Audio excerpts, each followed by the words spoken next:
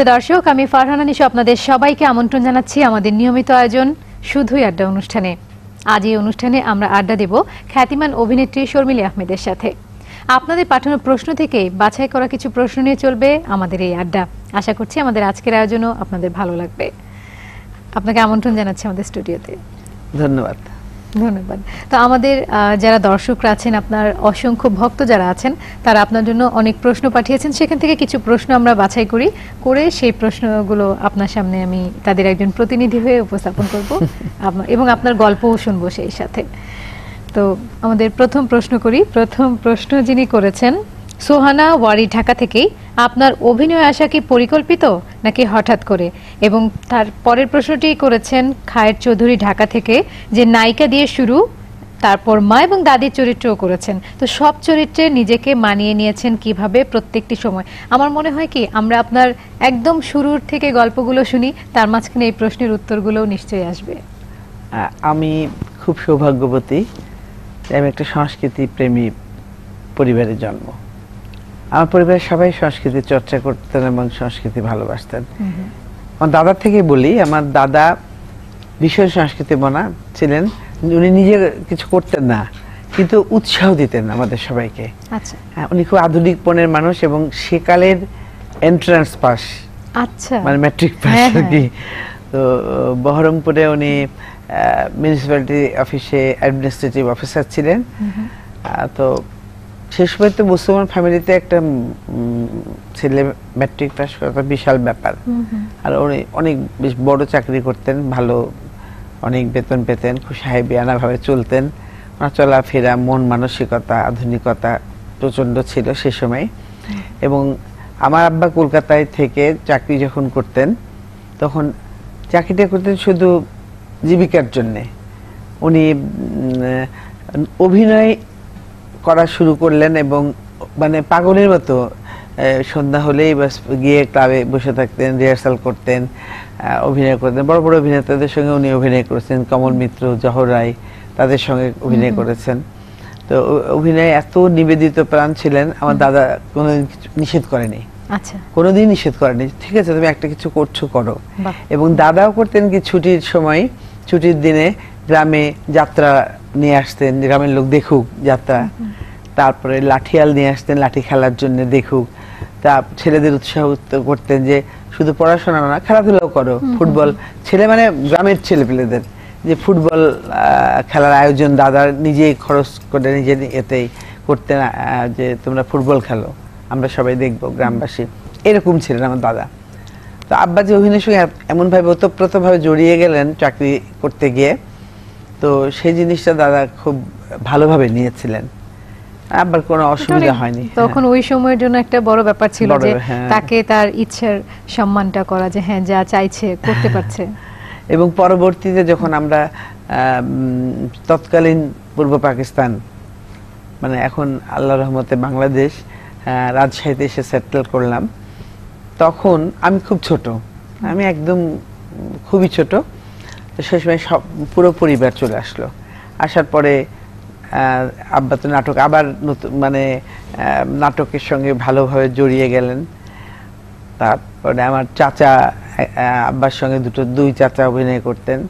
এক চাচা গান শিখতেন, ফুপু গান শিখতেন। এবং যৌথ পরিবার ছিল? যৌথ পরিবার ছিল প্রথমে। পরিবার যখন বাড়লো তখন তো স্বাভাবিকভাবেই আলাদা হয়ে গেল। এখন আলাদা হলেও আমরা বলতে গেলে একই পরিবার। সবাই চাচারা আলাদা আছেন, সবাই মারা গেছেন, চাচিরা আছেন, চাচাতো ভাই বোন আছেন, কেউ বুঝতে পারে না যে আমরা ভাই এরকম। যাই হোক, তারপরে এমনকি আমার মা ওকে আব্বা সেতার শেখানোর ব্যবস্থা করে দিলেন।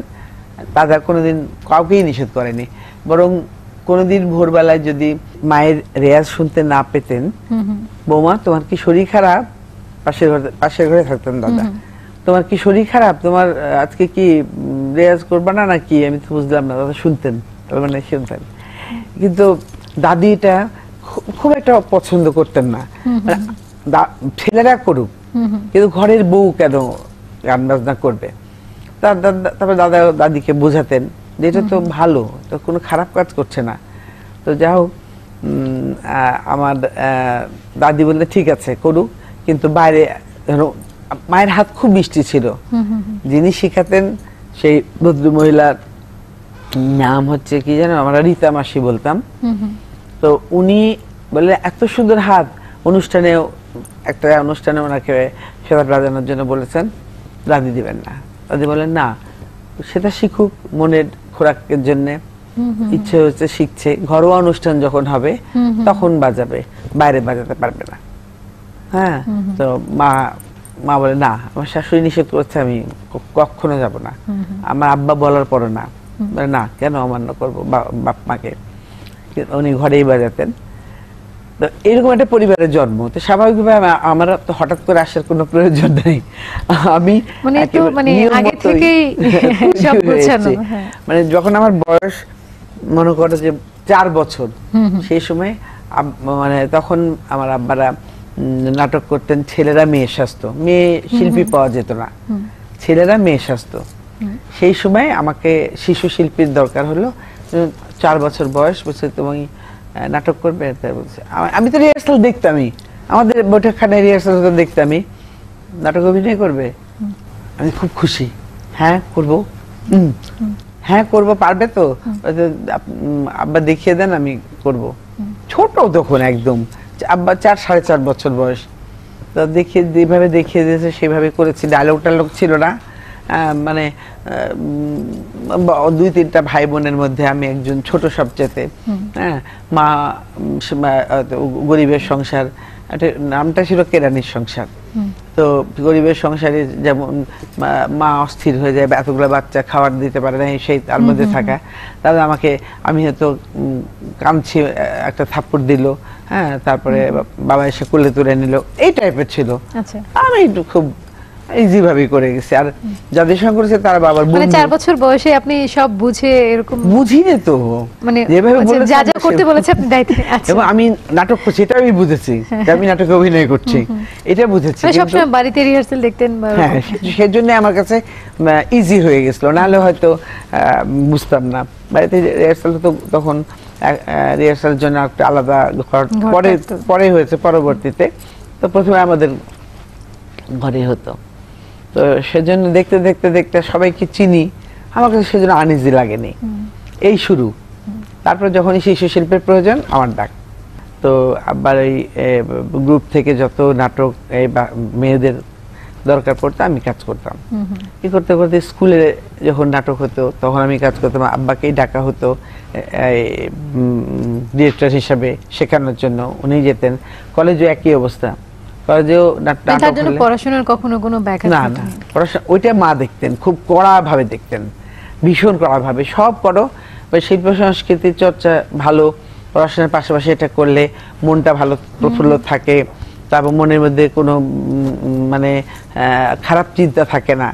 তা পড়াশোনা এবং শিল্প চর্চার সঙ্গে মনটা আলোকিত হয়, উদার হয়, এগুলো বুঝতেন। হ্যাঁ, এগুলো আব্বা বুঝিয়েছেন আমাদেরকেও, মাকেও বুঝতেন এগুলা। সেজন্য কিন্তু পড়ার সময় পড়া, গানের সময় আমার এক বোন গিটার বাজাতো, এক বোন গান শিখতো, এক বোন নাচ শিখতো, এরকম ছিল।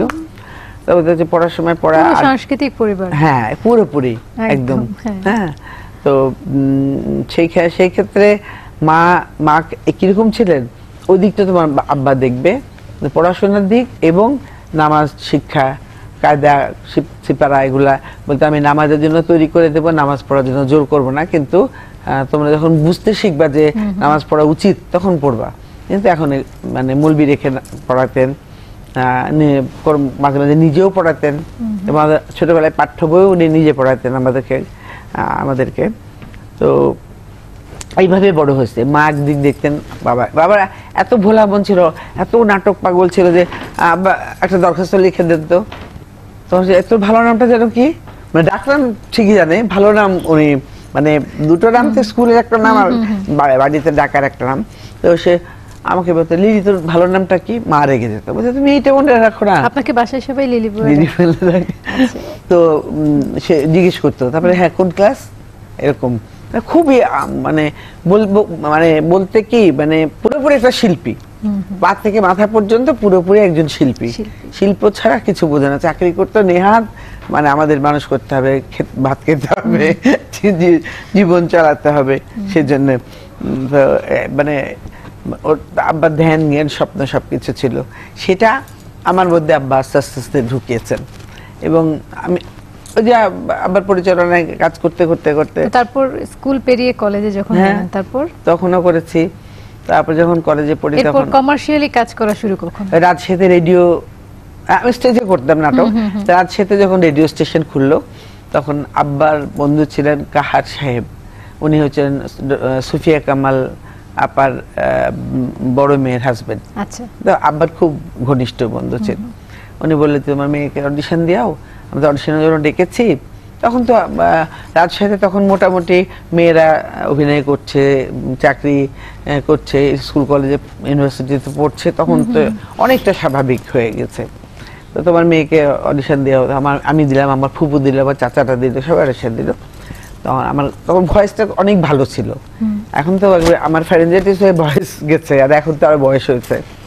ধর আমি যখন অডিশন দিলাম তখন কাহার সাহেব বলে কি মা, আমাদের তো মেয়ে অ্যানাউন্সার নাই, শুধু তাহেরা বেগম ছিলেন, উনি হচ্ছে আবু হানা মোস্তফা কামাল সাহেবের ছোট ভাইয়ের ওয়াইফ।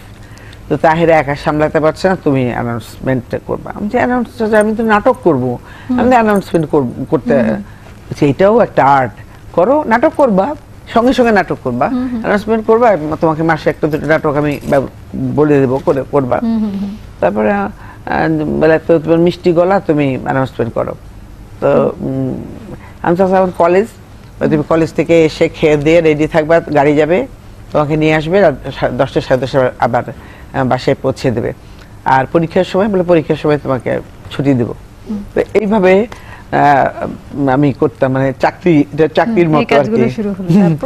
6টার সময় যেতাম আর রাত 10:30টায় আসতাম প্রতিদিন। হ্যাঁ, প্রতিদিন। এবং পরীক্ষার সময় গ্যাপ যেত, 210 টাকা পেতাম, বুঝছো? 210 টাকা মানে তখন তুমি ভাবতে পারবে না কত টাকা। আমার তখন আমি 210 টাকা ইনকাম করি, মানে অনেক। তারপরে আবার মাসে 2টো নাটক করতাম, 25-25 50 টাকা, মানে ওটার পেমেন্ট আলাদা ছিল? আলাদা পেমেন্ট, 25-25 50 টাকা। এটা কি আপনার জীবনের প্রথম রোজগার? প্রথম রোজগার 260 টাকা। 260 টাকা। আমি এত নাটক ভালোবাসি দেখে কাহার চাচা আমাকে 2টো করে নাটক দিতে বলেছিলেন। এবং আমার প্রথম নাটক আব্বার পরিচালনায়, আব্বা পরিচালক হিসেবে রেডিওতে, অভিনেতা এবং পরিচালক হিসেবে রেডিওতে জয়েন করেন। তখন সবাই 260 টাকা। আমি তখন ফিল করলাম যে আমি 260 টাকা যখন পাই, তখন আমি কেন নিজের খরচ নিজে চালাবো না, আমি কেন আব্বার কাছ থেকে টাকা নেব? আমি মাত্রই বলতে চাচ্ছিলাম যে 260 টাকা তখন আপনি কি করতেন? তাহলে আমি আব্বা আপনি আমাকে কোনো টাকা দিবেন না কেন? তোর টাকা পয়সা লাগবে না, তোমার কলেজের বেতন লাগবে না, তোমার কাপড় চোপড় বই খাতা, আমি করবো, আমারটা আমি করবো। তখনই আমি কলেজে পড়ি, বড় তো তখন। হ্যাঁ, মানে যে তখন আমি আমার যত খরচ সমস্ত আমি করতাম নিজে, এবং তারপরে পয়সা বেঁচে যেত। তখন আব্বাকে একটা গিফট করতাম, একটা শার্ট গিফট করতাম, মাকে শাড়ি গিফট করতাম, দাদিকে শাড়ি গিফট করতাম, ভাই বোনদের। হ্যাঁ, যে মানে এক মাসে, মানে এই মাসে দিলাম বড়দের, পরের মাসে দিলাম ছোটদের, এত। আর এখন 200 টাকায় বাজার হয় না একদিনের বাজার করতে, খুব কম হলে 500 টাকা, খুব কম হলে। কি রকম দিন আসলো ভাবতে পারিনি। এই রোজগার শুরু হলো। তারপরে রেডিওর মঞ্চ, তারপরে রেডিও, তারপরে হচ্ছে ফিল্ম। আচ্ছা, টিভিতে তো তার উপরে। হ্যাঁ, টিভি পরে 64 সালে। রেডিওতে কবে জয়েন করেছিলেন? রেডিওতে আমি ধরো ইন্টারমিডিয়েট পড়ি। কত সালে হবে? 62। হ্যাঁ, মানে পাস করলাম। ওই সময়ে মানে মেয়েদের, আপনি তখন ঘর থেকে বের হওয়াই নাকি অনেক? না, আমার রাজশাহীতে হচ্ছে কি, রাজশাহী হচ্ছে কলকাতার পাশেই, তাই না, বর্ডারের পাশেই।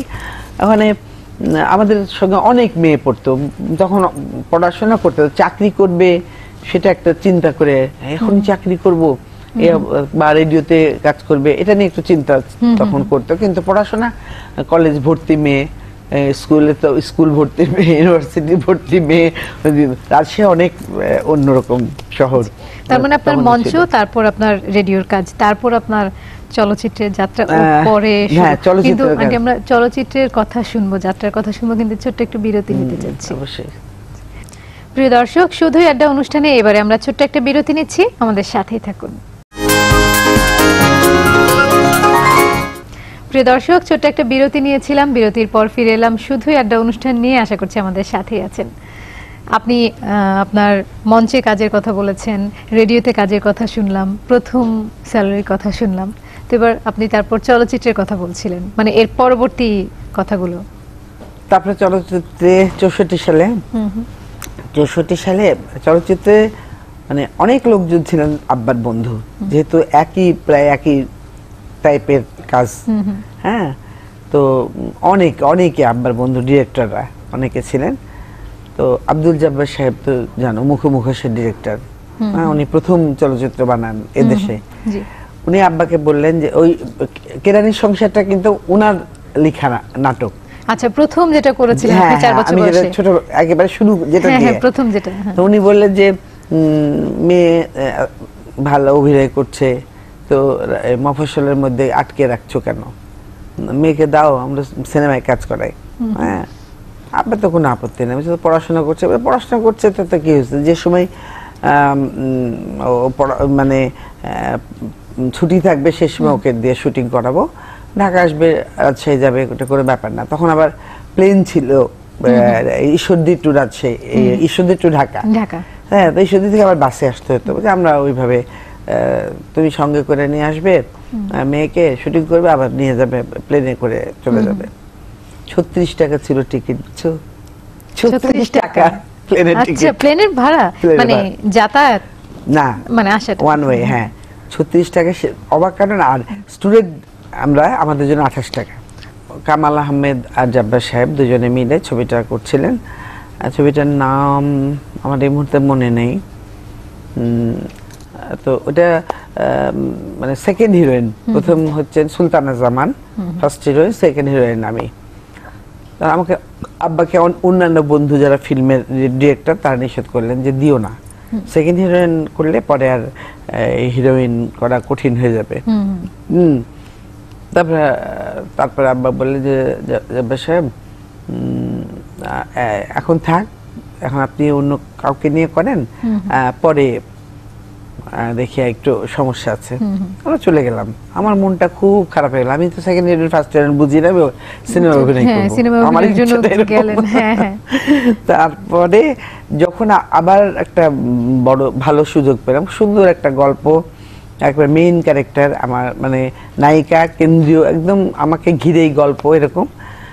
তো সেটা বজলুর রহমান সাহেব বানাতেন, উনি আমার চাচার বন্ধু, চাচা তো নাটক করতেন। আব্বার পরে যে চাচা মোজাম্মেল হোসেন, ওনার বন্ধু। তো উনি বললেন, তখন আমি আসলাম আস্তে আস্তে ঢাকায়। কিন্তু দুর্ভাগ্য যে তখন বাংলা ছবিটা হতো না, উর্দু ছবি হতো। তা উর্দু ছবি দিয়ে আমার শুরু। ঠিকানা নামে একটা উর্দু ছবি করলেন, ওটা শুরু। তারপরে করলাম, জব্বার সাহেবের ছবিটার নাম ছিল উজালা। আচ্ছা, হ্যাঁ, ওটা উর্দু। আমাকে যে চরিত্রের জন্য সিলেক্ট করেছেন ওটা নাসিমা খান করেছেন, তো উজালা। তারপরে তখন উর্দু ছবি ঢাকা, বাংলা ছবি বন্ধ হয়ে গেছে, সব উর্দু ছবি। তারপরে আমার ছবিটার নাম ঠিকানা, অভিনয় করলাম। হ্যাঁ, ঠিকানা ছবিতে। এটা কত সালে সবাই জানলে? এটা কত সালে? এটা 64-এ। আচ্ছা আচ্ছা। হ্যাঁ, মানে ওই বছরই। তারপরে ওই ছবিটা মানে পরে রিলিজ হয়নি, কিন্তু খুব কষ্ট করে করেছিলাম, খেটে। সুন্দর ছবি, গল্প খুব সুন্দর, ডায়লগ উর্দুতে বলতে হতো, এটাই কষ্ট ছিল। হ্যাঁ, মানসিক কষ্ট এবং মানে এমনিও বাচনে কষ্ট, মানে তখন ফ্লুয়েন্ট তো ছিলেন না নিশ্চয়ই, এটা শিখে। হ্যাঁ, সে বাংলায় লেখা থাকতো, আর একটা উর্দু মাস্টার থাকতো, সে প্রনাউন্সিয়েশনটা দেখিয়ে দিত, কাছাকাছি হতো এরকম। তো ওটা করার পর জুগনু নামে একটা ছবি করলাম, সেটা হচ্ছে করাচির ডিরেক্টর মামনুন হাসান খান, উনি ওনার ছোট্ট মেয়েকে নিয়ে আসছেন, মেয়েটা হচ্ছে জুগনু, ওকে ঘিরে গল্প। আর বাকি সব আর্টিস্ট আমরা, আমি হিরোইন, শওকত আকবর ভাই হিরো, খলিল ভাই ছিলেন, আমার চাচাতো ভাই একটু ভিলেন টাইপ, জলিল আফগানি, নন বেঙ্গলি, কিন্তু তখন বাংলাদেশের আর্টিস্ট, এরকম আমরাই সবাই। ওই ছবিটা ওখানে পাকিস্তানে রিলিজ হয়েছে, খুব ভালো চলেছে। কিন্তু আমাদের দেশে রিলিজ হতে অনেক দেরি হয়েছে, বাংলাদেশ হওয়ার পর রিলিজ হয়েছে, যার জন্য ছবিটা একদম চলেনি ভালো। তো এরপরে হচ্ছে আবির্ভাব, এবার বাংলা ছবি আবার শুরু হলো আস্তে আস্তে। আমি কিন্তু ওই বছরে দু বছরে একটা করে ছবি করেছি, সুতরাং সময়টা বেশ গেছে। 64 থেকে 68 আবির্ভাব হয়েছে, 64 থেকে 67, হ্যাঁ 67-এ মানে আবির্ভাবের জন্য দত্তদা যখন বলে পাঠালেন, আমি সুভাষ দত্ত তখন বেশ নাম করা, উনি তো কমেডিয়ান আর্টিস্ট হিসেবে নাম করা, তারপর ছবি সুতরাং বানালেন, তারপরে আয়না বৈশিষ্ট্য বানালেন, অনেকগুলি ছবি এবং ভালো ভালো ছবি বানালেন, সুস্থ সুন্দর পরিচ্ছন্ন ছবি। আমি আব্বাও রাজি, আমিও রাজি। তারপরে এসে যখন শুটিং করলাম খুব ভালো লাগলো, ও সুন্দর ক্যারেক্টার, মানে কি বলবো, আবির্ভাবে আমার ক্যারেক্টারটা চমৎকার একটা ক্যারেক্টার, এবং উনি করিয়ে নিয়েছেন আমাকে দিয়ে। আমি তখন ক্যামেরার সামনে এত ভালো অভিনয় করার মতো আর্টিস্ট না, ধমক দিয়ে বউকে নিজে দেখিয়ে দিয়ে শিখিয়ে দিয়ে মানে এত সুন্দর করে করে নিয়েছে, যার জন্য ছবিটা রিলিজের পর সুপার ডুপার হিট হলো। আবির্ভাব তো এখনো মানুষ হলো।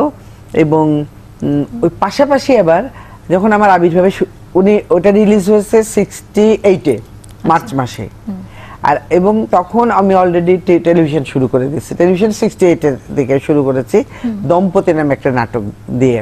আচ্ছা, তখন আপনি পাশাপাশি দুটোই করছিলেন, চলচ্চিত্র করছিলেন? মানে 68-এ মার্চ মাসেই আমি টেলিভিশনে কাজ শুরু করলাম, দম্পতি নামে একটা সিরিয়াল। তো সেই সিরিয়ালটাও অদ্ভুত ভাবে হিট হয়ে গেল, আমি সৈয়দ আহসান আলী করলাম। তো এদিকে বৃহস্পতিবারে দম্পতিটা প্রথম দেখানো হলো, মার্চ মাসের কোন তারিখটা মনে নাই, মার্চ মাসের এক বৃহস্পতিবারে, এবং শুক্রবারে আবির্ভাব রিলিজ হলো। দুটোই রমরমা হিট, মানে দুটোই এত হিট হলো যে বলার মতো না। হ্যাঁ, এবং আপনার পরিবারের সবাই নিশ্চয়ই তখন অনেক খুবই খুশি, সবাই খুব খুশি। কিন্তু আমি যে তারপরে ছবির পর ছবি নিব বা নাটকের পর নাটক করব করতে পারিনি। আমি ঢাকাতে এসে সে দম্পতি করেছি। তখনও আপনি মানে রাজশাহী থেকে এসে কাজ করছেন? আচ্ছা, তো এইভাবে এসে কাজ করছিলাম। দুটো হিট হওয়ার পর শবীল আহমেদ হিট হয়ে গেল, এবং অনেক ছবির অফার আসলো।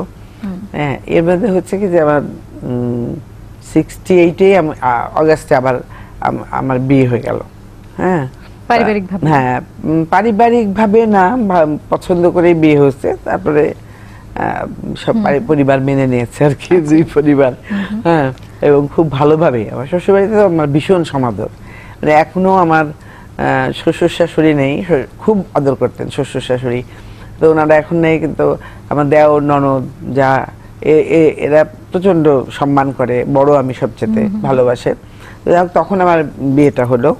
উনি আমার হাজবেন্ড হচ্ছেন ইঞ্জিনিয়ার, উনি টেকনিক্যাল এডুকেশন বোর্ডে তখন সে সময় অ্যাসিস্ট্যান্ট ডিরেক্টর ছিলেন।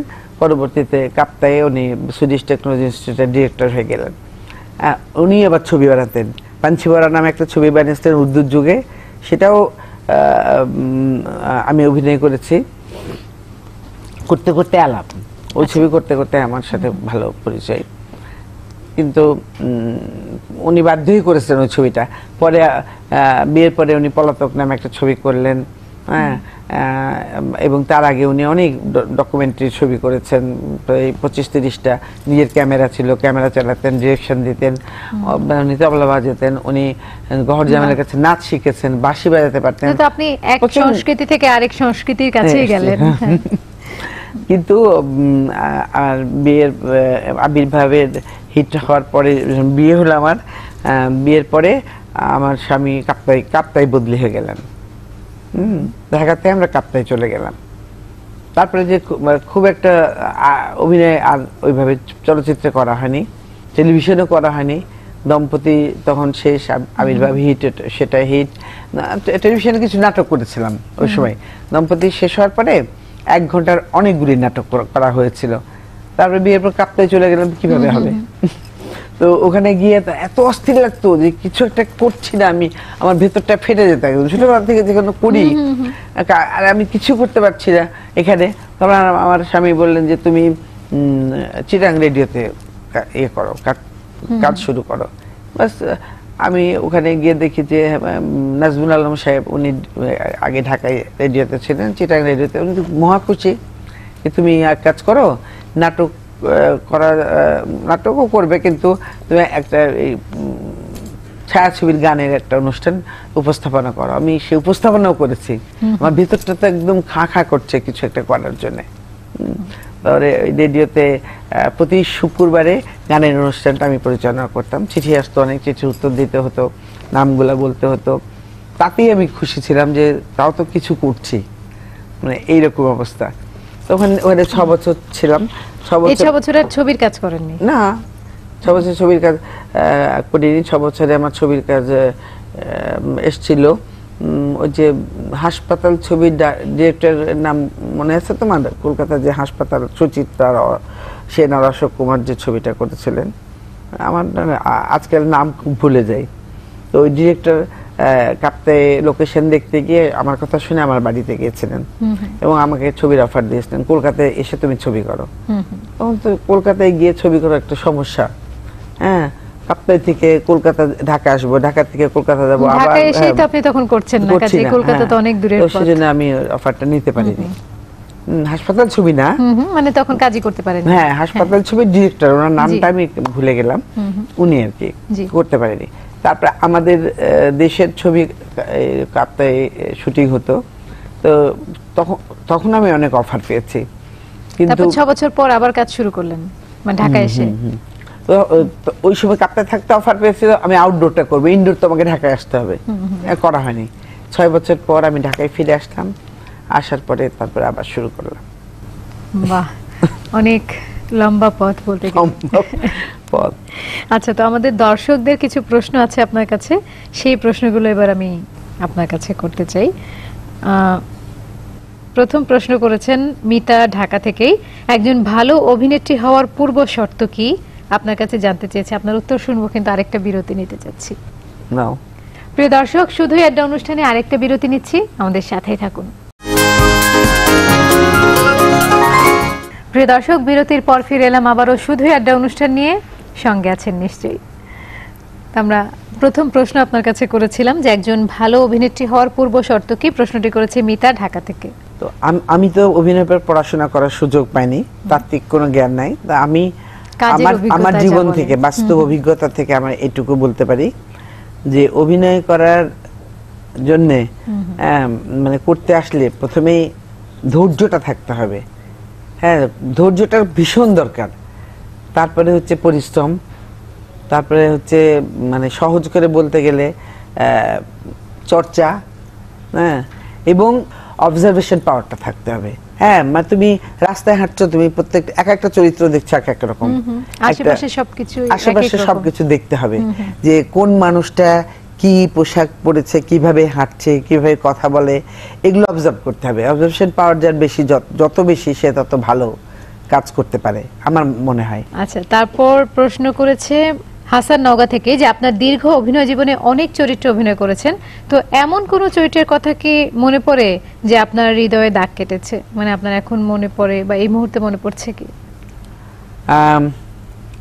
আবির্ভাব অবভিয়াসলি, তারপরে হচ্ছে আগুন নামে একটা ছবি করেছিলাম, ওইটা গল্পের নায়িকা আমি, রোমান্টিক নায়িকা শাবানা, আমাকে কেন্দ্র করেই পুরোটা গল্প, মানে আমার ওই ছবিতে অভিনয় করতে আমি অনেক পরিশ্রম করেছি। আমার ডিরেক্টর মহসিন সাহেব, ওনার টাইটেলটা মনে নেই, মহসিন সাহেব, উনি অনেক পরিশ্রম করেছেন এবং অন্তর দিয়ে মন প্রাণ দিয়ে অভিনয় করেছি, অভিনয় স্কোপও ছিল খুব ভালো। এখন হলে রিলিজ হলে এখনো মানে হল ভর্তি মানুষ হয়, হ্যাঁ, মানে সুপারহিট যাকে বলবো হয়ে যায়। আবির্ভাব আর আগুনের কথা মনে পড়ে, আর মনে পড়ে রূপালী সৈকতে, এটাতে ওই অত পরিশ্রম করতে হয়নি, কিন্তু চরিত্রটা ছিল নায়িকা চরিত্র, আমি আর জয়শ্রী কবির, দুই বোন, দুজনই নায়িকা, দুজনের নায়ক বুলবুল আহমেদ এবং আনোয়ার হোসেন এবং উজ্জ্বল, তিনটা নায়ক, হ্যাঁ, দুইটা নায়িকা। তো সেটার থেকে বড় কথা হচ্ছে যে কবির ভাইয়ের সাথে কাজ করতে গিয়ে এত ভালো লেগেছে, এত সুন্দর করে বুঝিয়ে দেন, এত সুন্দর করে উনি কাজ করান একদম সিস্টেমেটিক ভাবে। খুব ভালো লেগেছিল এই কাজটা করতে গিয়ে, এবং ছবিটা ভালো, খুব মেকিং সব দিক দিয়ে ভালো হয়েছিল।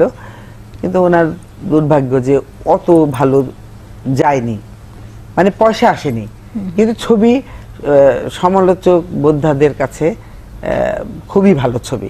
আচ্ছা, তারপর প্রশ্ন করেছে কালাম শ্রীমঙ্গল থেকে, সুযোগ পেলে জীবনের যে ভুল বদলে দিতে চান?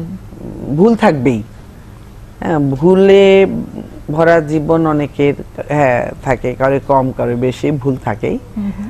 তো সুযোগ আর পাওয়া যায় না, খামাখাই ওটা ভেবে তার লাভ নাই যে সুযোগ পেলে বদলে দেব। যেটা ভুল হয়েছে সেটা হয়ে গেছে। আপনার জন্ম এমন একটা সাংস্কৃতিক পরিবারে, এখন যে প্রশ্নটি করবো এটার বলার কোনো অপেক্ষা রাখে না, তারপর আমাদের দর্শকদের প্রশ্ন।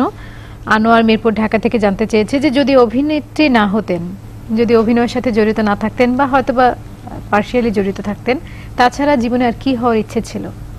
আমার এখন এই অভিনেত্রী হওয়া ছাড়া আর কোনো চিন্তা মাথার মধ্যে, ছোটবেলা থেকে আমার মাথার মধ্যে চিন্তা ঢুকে গেছিল যে আমি অভিনয় করব। আমি যে পড়াশোনা শেষ করে চাকরি করব, অমুক হব, কিচ্ছু মনে হয়নি। আমার শুধু মনে হচ্ছে যে আমি অভিনেত্রী হব। কারণ 4 বছর বয়স থেকে যে অভিনয়ের সাথে জড়িত, মানে আপনার চিন্তাধারা যখন থেকে আপনি বুঝতে শিখেছেন তখন থেকে তো আপনার জীবনে অভিনয় সবকিছু, অভিনয় সবকিছু, এবং অভিনেত্রী হব এটা আমার স্বপ্ন ছিল। তখন আমরা হচ্ছে কি সুচিত্র উত্তমের ছবি আমরা খুব দেখতাম, তখন ইন্ডিয়ান ছবি আসতো। সুচিত্র উত্তমের ছবি আসলে তো কিসের পরীক্ষা, কিসের পড়াশোনা, কলেজ ফাঁকি দিয়ে 4-5 জন 6 জন বন্ধু মিলে দেখতে যেতাম এরকম। হ্যাঁ, খুব সিনেমা দেখতাম ভীষণ। তা আমার দাদি এক সময় তো রাগ করে বললো, তুমি পড়াশোনা বাদ দাও, সিনেমা হলের দারোয়ানের চাকরি নাও, তাহলে বেতনও পাবা, প্রতিদিন সিনেমা দেখবে। তখন মেয়ের আলাদা ছেলের আলাদা, মেয়েদের গেটে মেয়ে দারোয়ান, ছেলেদের গেটে হচ্ছে বলে ওই যে মেয়েটা আছে চাকরি করে, ওকে বলো যে সরে যেতে, তুমি পড়াশোনা ছেড়ে দিয়ে সিনেমা হলে চাকরি নাও, তাহলে প্রতিদিন সিনেমা দেখতে পারবা, কষ্ট করে পড়াশোনা করতে হবে না, বেতন পাবা, ওইটা করো গিয়ে। দাদি রাগ করে বলেছিলেন, খুব সিনেমা দেখতাম দেখে দাদি রাগ করে কথা বলেছিলেন। এবং আরেকটা কথা, সুচিত্রা সেনের ছবি দেখার পর আমি কনফার্ম হয়ে গেলাম যে আমি সিনেমা করবই, আমি মানে অভিনয় তো করবই, সিনেমাও করব। এটা তখন আমার মানে একদম কনফার্ম হয়ে গেল যে এই মহিলা এত অসাধারণ অভিনয় করে, এরকম একটা পার্সোনালিটি, এত সুইট, মানে আমি একদম মানে ওনাকে দেখার পর বিভোর একদম। আমি তখন ডিসিশন নিলাম যে আমি সিনেমাতে অভিনয় করব। বাহ, তখনই মনে মনে চিন্তা ছিল যে সিনেমাতে কাজ করব। পরের প্রশ্ন যিনি করেছেন তাইফুর গোয়ালখালী খুলনা থেকেই, যে আপনাকে যদি এখন এই মুহূর্তে একটি ইচ্ছে পূরণের সুযোগ দেয়া হয় তাহলে কি চাইবেন? আমার যেটা ইচ্ছা ছিল সেটা তো পূরণ হয়েছে। হ্যাঁ, আমার স্বামী একটা সংস্কৃতি মানা মানুষ ছিল, আমার পরিবার ছিল এরকম, আমার একটা সন্তান আছে, সেও এর সঙ্গে লাইনের সঙ্গে জড়িত। সে নাটকে অভিনয় করছে, মঞ্চ করেছে 6-7 বছর টানা মঞ্চে কাজ করেছে, জামালউদ্দিন হোসেনের মঞ্চে কাজ করেছে, এখন টেলিভিশনে নাটকে কাজ করছে, ফিল্মে ডাবিং করছে নিয়মিত। মানে আমার সন্তান, আমার স্বামী সব তো এই অভিনয়ের মধ্যেই জড়িত। আমার বাবা ছিলেন, আবার আমার বোন একটা করছে, বোনের বাচ্চারা করছে, ওয়াহিদা মল্লিক জলি, তার 2 ছেলে, তার স্বামী। তো সবকিছু মিলিয়ে ইচ্ছে একটাই ছিল, যেটা সেটা পূরণ হয়েছে, এবং সবকিছু মিলে এখন আলহামদুলিল্লাহ অনেক ভালো আছেন ইনশাআল্লাহ। আন্টি, আমরা অনেক গল্প শুনলাম আপনার কাছ থেকে। আমরা আমাদের আজকের অনুষ্ঠানের একেবারে শেষ পর্যায়ে, তা আপনাকে আমাদের সবার পক্ষ থেকে অনেক ধন্যবাদ জানাচ্ছি। আপনি আপনার অনেক সুন্দর কিছু গল্প কথা আপনি আমাদেরকে এবং আমাদের দর্শকদের বলেছেন, অনেক ধন্যবাদ। তোমাকে তো ধন্যবাদ অবশ্যই, তুমি আমাকে বেশ অনেক দিন থেকে আসতে বলছো, আমি আসতে পারছি না, নিজের কাছে খারাপ লাগছিল, সময় বের করতে পারছিলাম না। আজকে সময় পেয়ে আমি এসেছি, তোমাকে ধন্যবাদ। আর আমাকে যে এইভাবে বারবার বলে ডেকে নিয়ে আসার জন্যে আমি বৈশাখী পরিবারের সবাইকে এবং ক্যামেরায় যারা আছে, ক্রু যারা আছে, সবাইকে ধন্যবাদ জানাচ্ছি। আর দর্শকদের বলছি যে আপনারা আছেন দেখেই আমরা আছি, আমরা শিল্পী হয়েছে আপনাদের জন্য, আপনারা ভালোবাসেন দেখে। বিশেষ করে আমি আপনাদের ভালোবাসার জন্য এখনো কাজ করছি, এত বয়সে কাজ করছি। আপনারা দোয়া করবেন যেন যতদিন বেঁচে থাকবে সুস্থ থাকি। ভালো থাকবেন আপনারা। ধন্যবাদ। নিশ্চয়ই আমাদেরও সেই প্রত্যাশা, আপনি অনেক ভালো থাকবেন, সুস্থ থাকবেন এবং অনেক অনেক আরো অনেক সুন্দর কাজ আমরা আপনার কাছ থেকে পাবো। সবাইকে অনেক ধন্যবাদ। ধন্যবাদ। প্রিয় দর্শক, আমরা কথা বলতে বলতে আড্ডা দিতে দিতে একেবারে শেষ পর্যায়ে চলে এসেছি। শুধুই আড্ডা আজ এ পর্যন্তই। আগামী পর্বে আপনাদের পাঠানো প্রশ্নে আড্ডা হবে নতুন কোনো অতিথির সাথে। সে পর্যন্ত সবাই ভালো থাকুন, সুস্থ থাকুন, নিরাপদে থাকুন। আপনাদের কোনো মতামত অথবা কোনো প্রশ্ন থাকলে পাঠিয়ে দিন আমাদের কাছে। আমরা অপেক্ষা করব আপনার মতামত এবং আপনার প্রশ্নের জন্য। সবাই ভালো থাকুন, সুস্থ থাকুন, নিরাপদে থাকুন। আমি ফারহানা নিশো বিদায় নিচ্ছি। দেখা হবে আবারও।